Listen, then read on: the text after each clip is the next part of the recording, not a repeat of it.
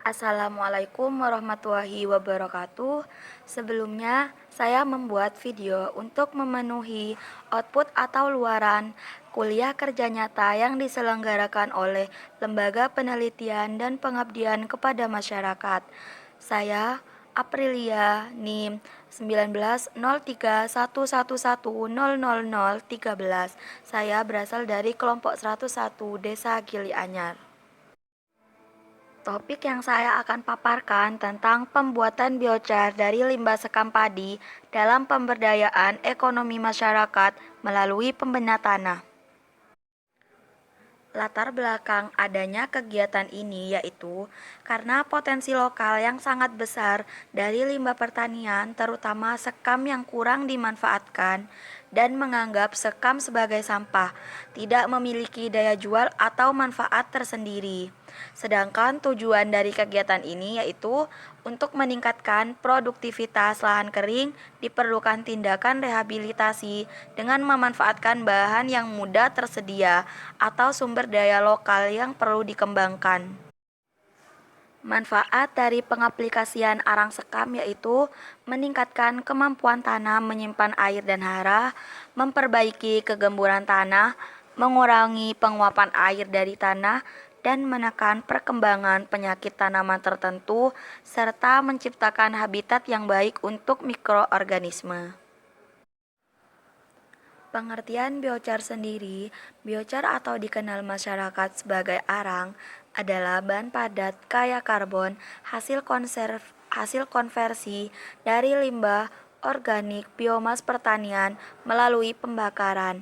Umumnya sering digunakan sebagai sumber energi, bahan bakar dan sumber panas untuk membakar bahan makanan.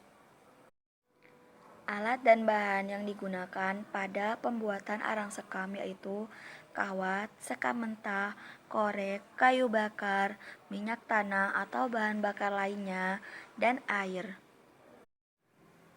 Cara pembakaran arang sekam padi yaitu 1. Pembuatan alat berupa gulungan kawat. Kedua, cerobong kawat diletakkan di atas tanah.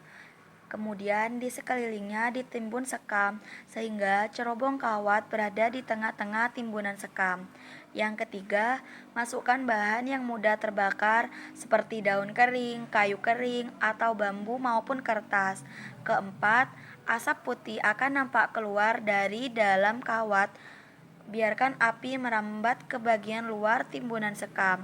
Dan yang kelima, ketika seluruh permukaan sekam nampak menghitam, segera lakukan penyiraman untuk mematikan api, karena menghindari menjadinya abu atau tidak bisa digunakan kepada lahan pertanian.